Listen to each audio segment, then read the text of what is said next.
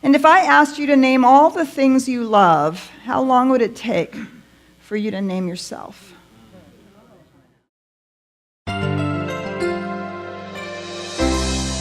Last week, we talked about the way in which we take up our lives physically, right? And so we talked a little bit about the idea that we can enter into the wheel of our wholeness and our health and well-being from any direction.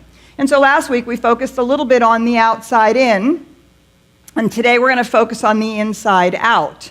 And my experience is that if we work on both of those together, they meet in some place within us where true wellness really unfolds. And so today, so we're going to talk about that, and we're going to be framing it within the context of this concept that we have about ourselves.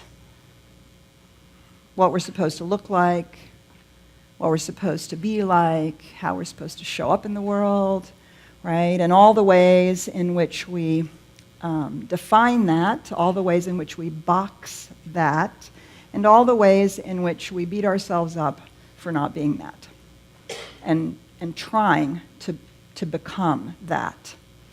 And so we're going to talk about this with, I want you to think about the song that you just heard, and then I'm going to show you a little film clip. It's 10 minutes, so you can settle back. This is a small portion, a small segment of one of my favorite movies called What the Bleep. If you haven't seen it, I highly recommend it. So let me set it up for you for a moment. This is the story of a woman who is discovering herself. She's just been to a big she's very reserved and shy. She's just been to a big party where she's met a guy.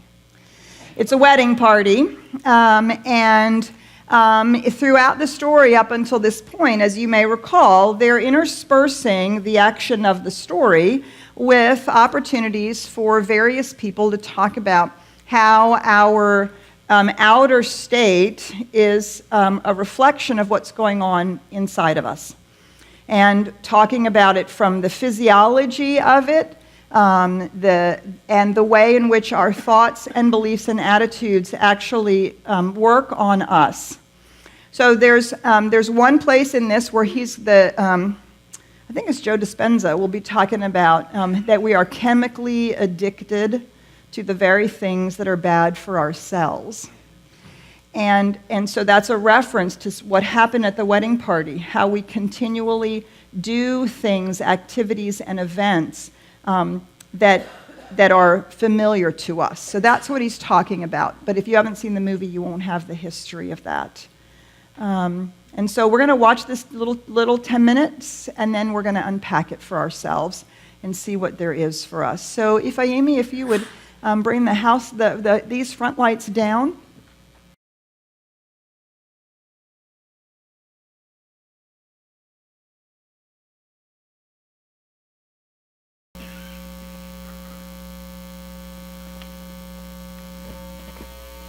Do you see what she's drawing on her body?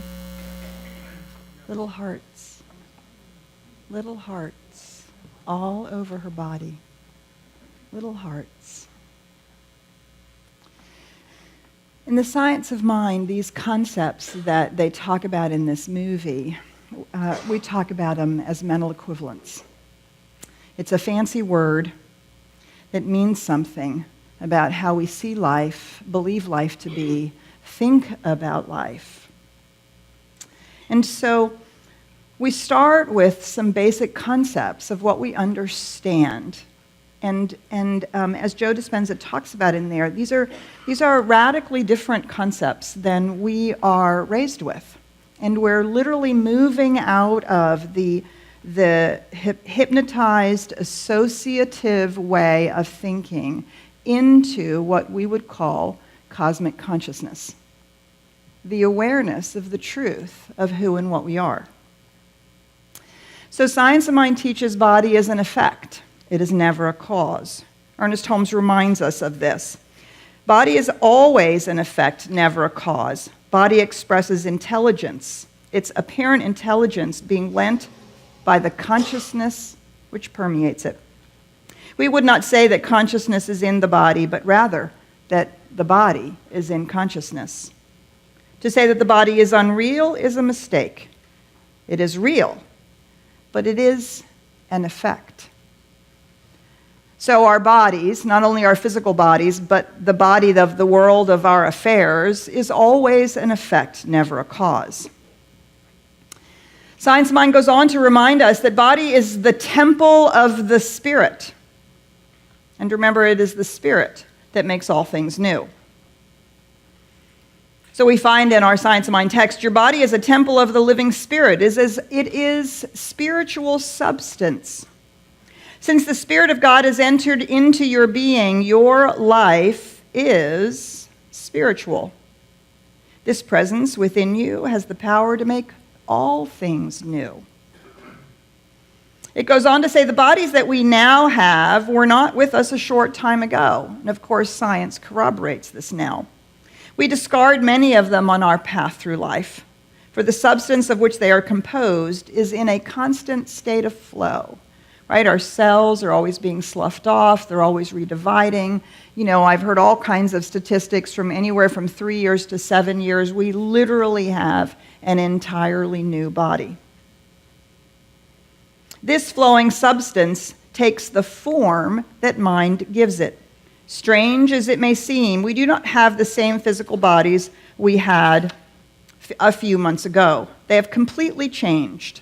New particles have taken the place of the old, and the only reason they have taken the same form is that something within has provided the same mold. And finally, body is spiritual. Body is a spiritual instrument. Oh, you can't see the bottom sentence there. Body is a spiritual instrument. And he goes on to say this. When we say that the body is spiritual, we are not denying the physical body. The physical is included within the spiritual. Rather, we should think of the body as a spiritual instrument now. Every statement we make about the body or belief we hold about it, which causes the mind to accept spirit as the substance of this body, tends to heal or not, depending on the words that we use, depending on the concept that we have. Do you see, body is a spiritual instrument, and it responds to the mold. And we create that mold in many different ways. We create that with our thoughts, our beliefs, our attitudes, our choices, all our feelings, all of that creates what we call in the science of mind a mental equivalent. And so the law of mental equivalence, Ernest Holmes says, whatever is truly embodied in mind is the cause of the external corresponding condition. So a mental equivalent is the aggregate of our beliefs that go together to create an inner sense of what life is all about and how we understand ourselves, true or not. I've always loved that scene where she looks at herself in the mirror. And what does she see? When in fact it's not true. And yet that's what she sees. And so that's how she holds herself in the world. Do you see? Even though it's not actually real, that's what she sees. And so, of course, that's what she creates and attracts and experiences. So whether this is true or not in a particular area or aspect of our lives. So we have mental equivalents about work, about health, about relationship, about abundance, about all the areas and aspects of life that include this thing that we call well-being, this totality that we call well-being. And so how we all see the world is what we attract back to us and what the law creates for us. The Buddha says this, what you think, you become. What you feel, you attract. What you imagine, you create.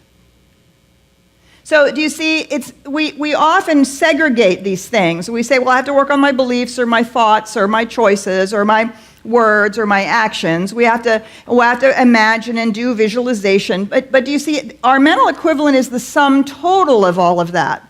So all of our spiritual practices, all of our spiritual tools, every class you take, every book that we have you read, everything that we do on a Sunday morning is designed to somehow work with either what we think we feel or what we imagine, so that we can build these Ken Wilber calls it a hold-on, these empowering things, this mental equivalent that is a wholeness within itself, that is internally congruent, that is in alignment with the spiritual teachings, with what we know to be true about life and about ourselves. And so this is the ancient Hermetic teaching, as above, so below.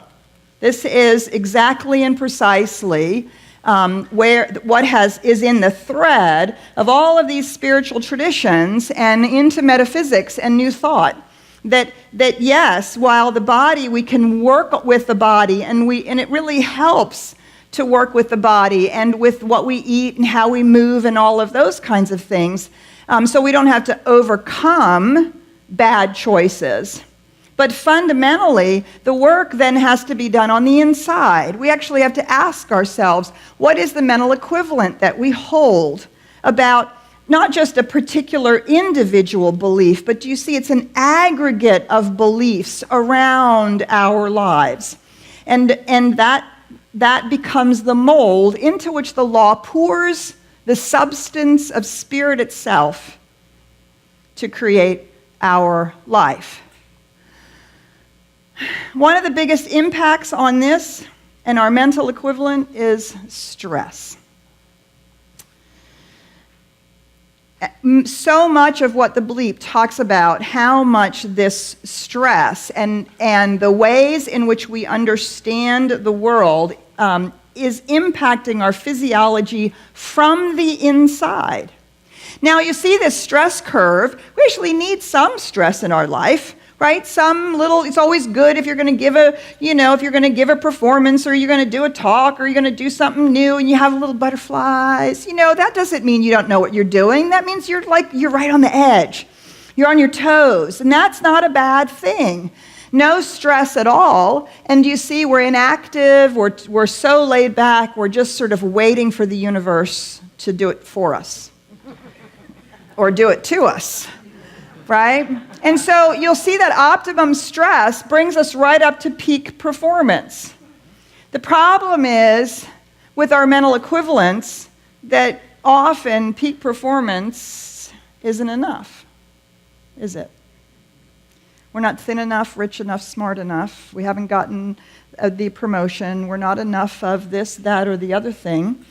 We have a whole set of beliefs about how we're supposed to show up at our job, in our workplaces, in our families, in our spirituality, and we ratchet all of that up to the point where we fall over onto the other side.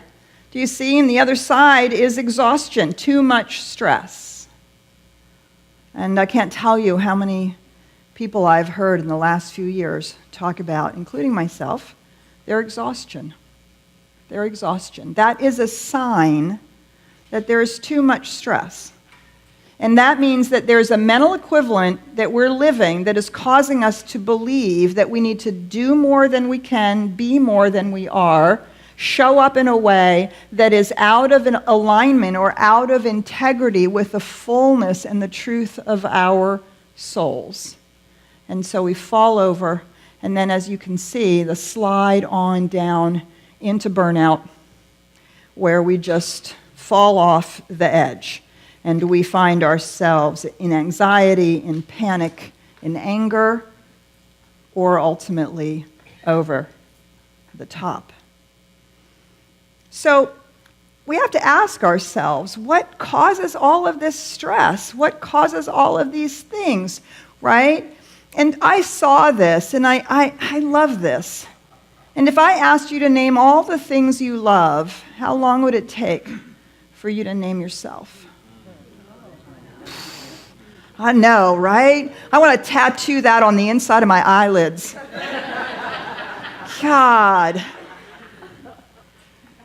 Well, you got to feed the kids, you got to take care of the dog, you got to go to work, you got to get the project done, you got to make sure you're responsible, you got to meditate, you got to exercise, you got to go to the gym, you got to eat healthy, you got to figure out where to buy all the organic foods, you got to make sure that your alignment, your chakras are aligned, and you got to make sure that you're in, in pitch. I mean, really, right? What if, yeah, and I love that scene. That scene in that bathtub, when she's drawing hearts on herself, ooh man, it makes me cry. I'm indelibly etched in my brain.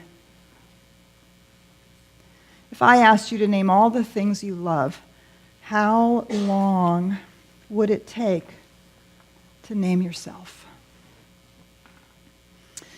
Ernest Holmes says this: the law is infinite and perfect, but in order to make a demonstration, we must have a mental equivalent of the thing we desire.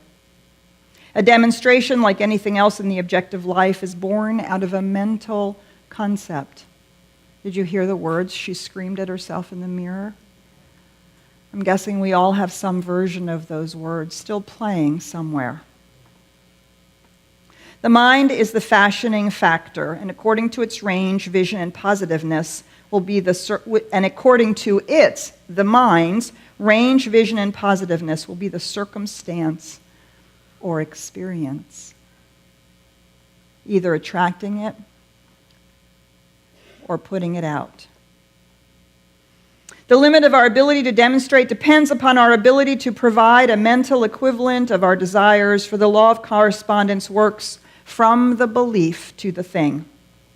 But it is within our power to provide a greater mental equivalent through the unfolding of consciousness. And this growth from within will finally lead to freedom. You see, that's the work right there. That's the work, the growth from within. The building of a deeper, wider, richer, fuller mental equivalent that actually includes us, that actually includes that we are a unique, individualized expression of love and light, and that we're here to give our gift. And if we can own the story, do you see, then we can rewrite the ending. We have to own the story of our own mental equivalents. We have to acknowledge them, look at them, see how they're playing out. Not just individual beliefs, but the sum total of the story that we write about who we are and how we show up in the world. And begin to see how that relates to the spiritual truth that we're learning. And then rewrite the story. So when we take up our stress, we want to think about what are the biggest contributions to stress in our life. And what does that mean about the mental equivalent we're holding? Do we really have to work that hard? Do we really have to show up that way? Do we really have to do those things? Is that really, really true? All the ways in which we speak to ourselves. And then to ask what mental equivalent lies behind the way your world and body is manifesting as stress. I read a great thing, what the opposite, stressed is just desserts spelled backwards. And you wonder why we take up our life the way we do? So we want to grow our mental equivalent. We want to grow our mental equivalent from a spiritual point of view, from an internal point of view, that allows us then to show up in the world and attract in the world and make choices in the world from a different set of beliefs and attitudes. So when you take up our life, Julie, I'm going to invite you to come up on the platform here, and I want to close with this two wonderful little passages. This will be our closing treatment. So I just invite you to go within. Ernest Holmes says this: every time we think of our body, we should think of it as our spiritual body. Think of every organ, action, function of our physical body as being pure and perfect spirit. And think of God as being in us and around us and through us. Think of every breath we inhale as the breath of life, and think of the things we eat as spiritual substance forever nourishing the body.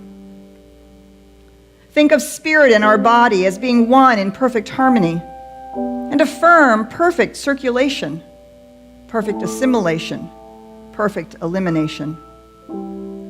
We should declare that in pure spirit there is not stagnation or inaction or overaction of any kind. Our body is part of the kingdom of God, and therefore there is a spiritual pattern at the center of it. So I've rewritten this now to carry on. Every time we think of our lives, we should think of our lives as spiritual. Think of every word, action, thought, and belief as being pure and perfect spirit. And think of God as being in us and around us and through us. Think of every breath we inhale as the breath of life. And think of the things that we do and say and believe as spiritual substance, forever nourishing our wholeness. Think of spirit and our lives as being one in perfect harmony, and affirm perfect circulation, perfect expression, perfect release. We should declare that in pure spirit there is not stagnation or inaction or overaction. Our life is a part of the kingdom of God, and therefore there is a spiritual pattern at the center of it. We open our hearts and our minds to grow our mental equivalent to the size of that spiritual pattern right here and right now. And so it is.